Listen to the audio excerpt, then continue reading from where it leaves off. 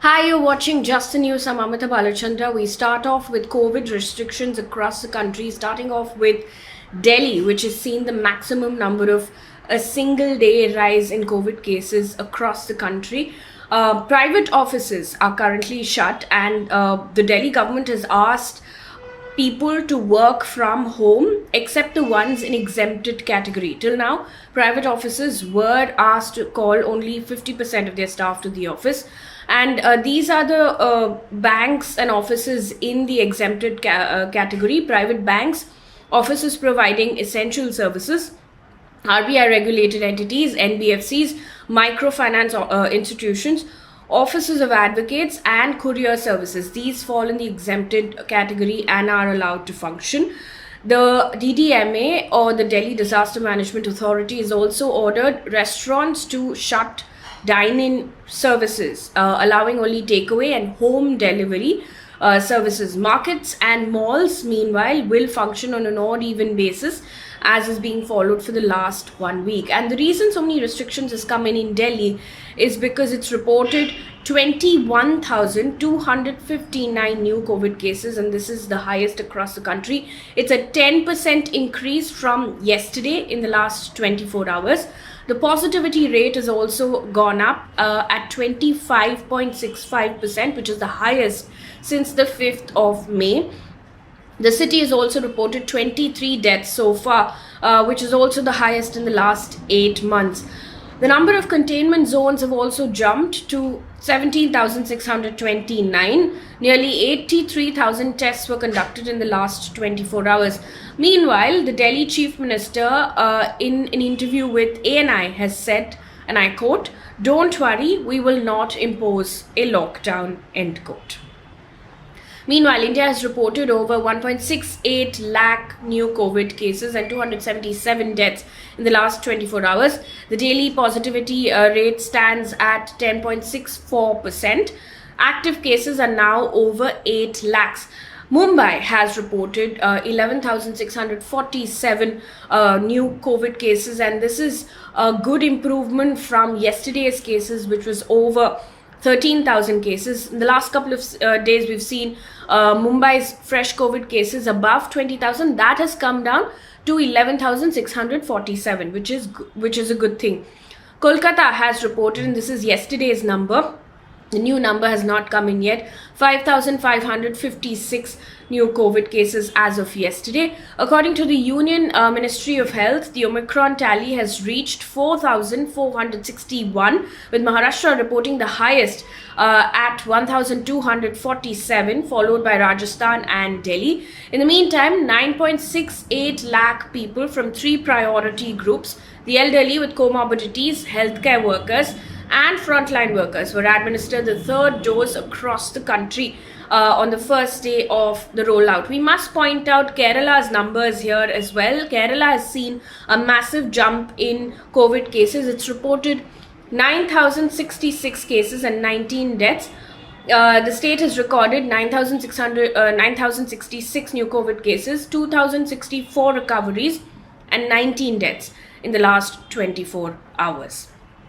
Moving on now, the Haridwar district administration has put a complete ban on devotees taking holy dip in Ganga on Makar Sankranti, that will be celebrated on the 14th of January. Now, entry at Harkipori area has also been restricted, while a night curfew will be imposed from 10 p.m. to 6 a.m. on the 14th of January.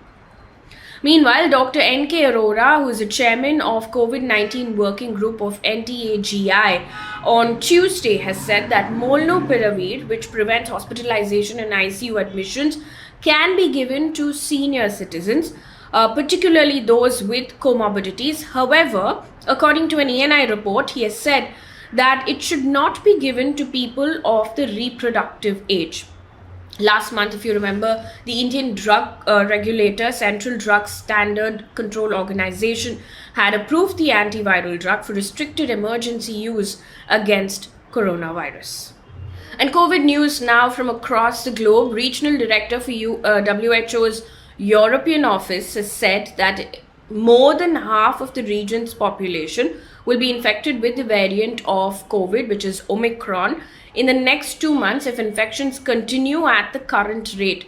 Mr. Hans Klug said in a press conference, and I quote, "At this rate, the Institute for Health Metrics and Evaluation forecasts that more than 50% of the population in the region will be infected with Omicron in the next 6 to 8 weeks," end quote. Now, the WHO's European region comprises 53 countries and territories, including several in Central Asia. Mr. Klug noted that 50 of them now have confirmed cases of Omicron. Meanwhile, the number of hospitalized people with COVID in France has risen by 767 to 22,749 as of Monday, which is the biggest increase since April 2021. This comes amid rising coronavirus cases in France due to this variant as well. According to the health minister, the Omicron coronavirus variant leads to less serious complications than previous variants, but since it's highly infectious, it is pushing hospital numbers up quickly. France has also reported 94,000 COVID cases as of Monday. On to some political news now away from COVID. NCP Chief Sharad Pawar has said that the party is in talks with the Congress and the Trinamool Congress for an alliance ahead of the Goa Assembly elections. Now, at a press conference, he said, and I quote, "For Goa, discussions are underway between the Congress, the TMC and the NCP. At some seats where we wanted to contest, we have given that list to other two parties. I am sure that the final decision will be taken in the next 2 days," end quote. He added that NCP will contest Uttar Pradesh elections with Samajwadi Party and other smaller parties.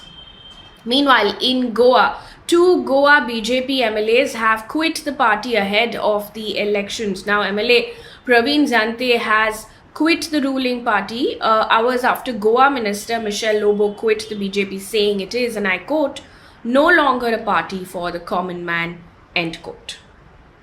In Uttar Pradesh, according to NDTV, in a massive blow to the BJP and Yogi Adityanath, just before the Uttar Pradesh elections, a minister and 4 MLAs have quit today and joined the party's main challenger, Sarkalesh Yadav's party. Now, Swami Prasad Maurya, a top minister in the Yogi Adityanath government, posted his resignation letter on Twitter. And this is what it reads, and I quote, "Despite a divergent ideology, I worked with dedication in the Yogi Adityanath cabinet, but because of the grave oppression of Dalits, OBCs, farmers, unemployed, and small businessmen, I am resigning," end quote. Now, the BSP Party General Secretary S.C. Mishra has said that the President Mayawati will not contest the upcoming Uttar Pradesh Assembly polls.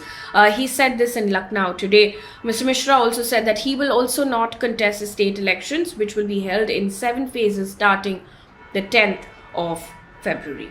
In other news now, according to an Indian Express report, doctors in government hospitals across Haryana went on mass leave today. Haryana Civil Medical Services Association has said that they have threatened to go on an indefinite strike from the 14th of January if their demands are not met. And these are the demands. The doctors have been demanding the creation of a specialist cadre, stopping direct recruitment or of senior medical officers, and amending the postgraduate policy. Let's now take a look at what's making news in the world of business. The Central Board of Direct Taxes on Tuesday has extended the due date for filing income tax returns for assessment year 2021-22 till the 15th of March 2022. So a lot of people who have missed that deadline can now file their taxes. The tax department also extended the due date for other compliances on consideration of difficulties reported by the taxpayers and other stakeholders due to COVID and in electronic filing of various reports of audit under the provisions of the Income Tax Act 1961. And news coming in from across the world, there are updates in the Kazakhstan story. Kazakhstan's president has said that the Russian-led military bloc will begin withdrawing its troops in 2 days after fulfilling its main mission of stabilizing the Central Asian country after violent anti-government protests. In a speech, the president said, and I quote, "The withdrawal process of the contingent will take no more than 10 days," End quote. The troops were deployed last week at the president's request. Interestingly, Russian president had also said that they will not stay for long. He had said that they will stay for a limited period. Kazakh authorities say order has been largely restored in the nation of 19 million and that almost 10,000 people have been detained over the unrest. Meanwhile, the United Nations as of today has said that it needs $5 billion in aid for Afghanistan in 2022 to avoid and avert a humanitarian catastrophe and offer the ravaged country a future after 40 years of suffering. In its biggest ever single country appeal, the UN has said that $4.4 billion was needed within Afghanistan, while a further $623 million was required to support the millions of Afghans sheltering beyond its borders. The US, if you remember, had frozen billions of dollars of the country's assets, while aid supplies have been heavily disrupted as well. Afghanistan also suffered its worst drought in decades in 2021. Meanwhile, in Canada, the Prime Minister Justin Trudeau has said that the government has secured enough COVID vaccine doses for all eligible Canadians to receive a booster as well as a fourth dose. Now, this comes up as the country grapples with rising infections and hospitalization rates due to the Omicron variant. Moving on to sports news right now, a two-time Olympic medalist PV Sindhu has advanced to the second round of the women's singles in the ongoing India Open 2022. Now, she defeated compatriot Sri Krishna Priya in 27 minutes in the first round. In men's singles, Kirambi Shrikant defeated compatriot Cyril Verma. And one piece of good news before we wrap up this bulletin, and this is truly good news. Poet and activist Maya Angelou has become the first black woman to appear on the US quarter in a new version of the coin unveiled by the US Mint on Monday. According to a press release by the agency, the US Mint has begun shipping the first coins with Angelou's likeness on the American quarter, a 25-cent piece. Now, Angelou, who rose to prominence with her first autobiographical work, I Know Why the Caged Bird Sings, in 1969, will also be the first figure commemorated through the American Women Quarters program, which was signed into law in January 2021. Well, that brings us to the end of this bulletin. Thank you so much for watching. If you want us to pick up any news stories that you think we may have missed, please mention in the comment below. Good night.